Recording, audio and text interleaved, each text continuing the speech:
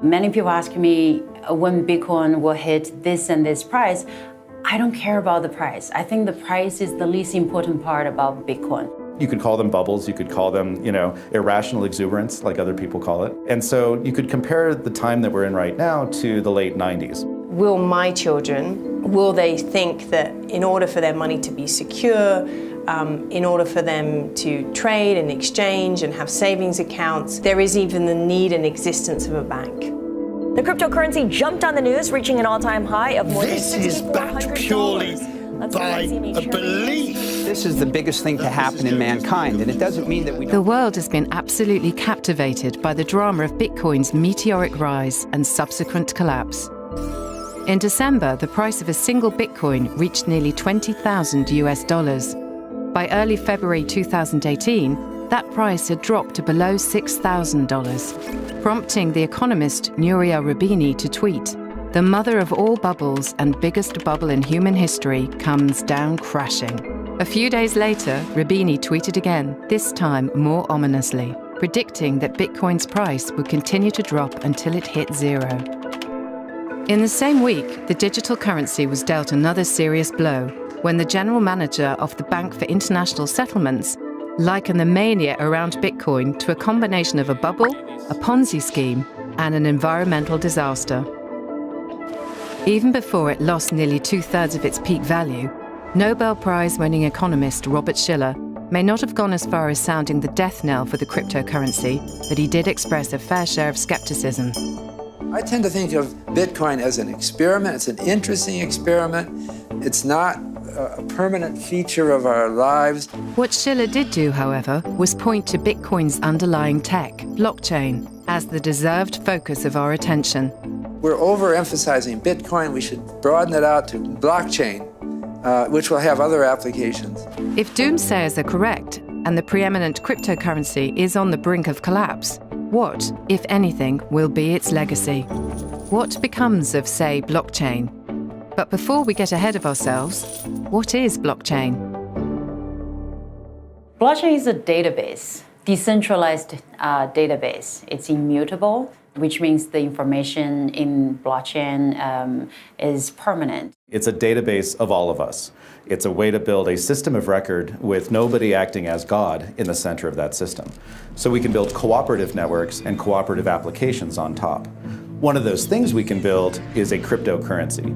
There isn't a Bitcoin Inc. CEO. There isn't a Bitcoin headquarters somewhere. There's no one controlling as a company, as a centralized institution for Bitcoin, but it's completely decentralized. We've gotten really good in Silicon Valley and in the internet community at building databases and web servers and things that allowed us to build big central services.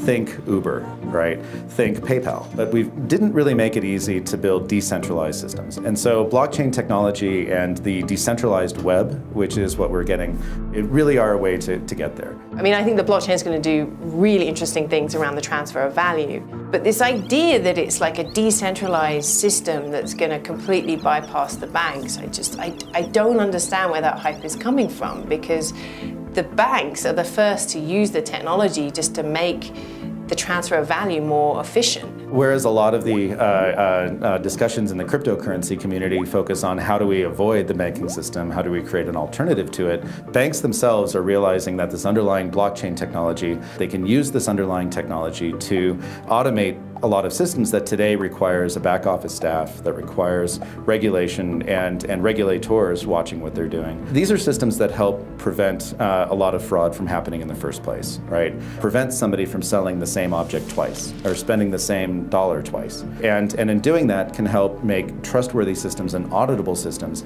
much less expensive for many of these banks. So they can do a lot of what they do today, just faster and cheaper and with greater guarantees that the parties that they're working with will make good on their commitments. I think the question is less about the pipes and the mechanisms, but whether the notion of money and currency is fundamentally changing. So will my children, will they think that in order for their money to be secure, in order for them to trade and exchange and have savings accounts, there is even the need and existence of a bank? That, I think, is the more interesting question versus whether the blockchain is going to, get rid of the banks. I think the blockchain then becomes the technology and the tool that enables that sort of transformation in the relationship to value. While few banks are likely to endorse the exchange of digital currencies, many are waking up to the possibilities of blockchain. And it bears repeating that this technology was first designed to support an alternative store of value, which principally, as a system, removed the need for third parties like banks.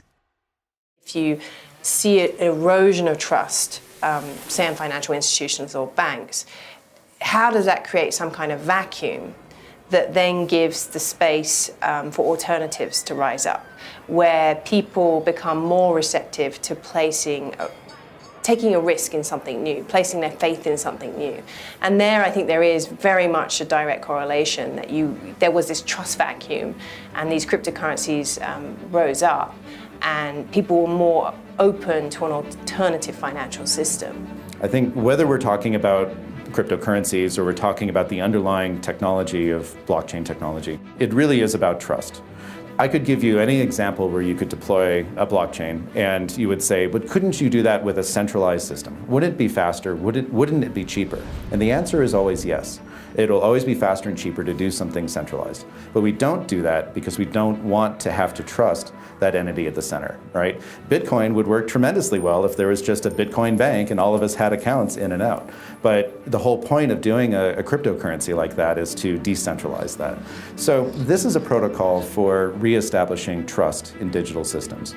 We're at a moment where people are losing trust. Trust in institutions, trust in government, trust in whole professions like banking and lawyers and such. And we need our technologies to help give us a bit of that back.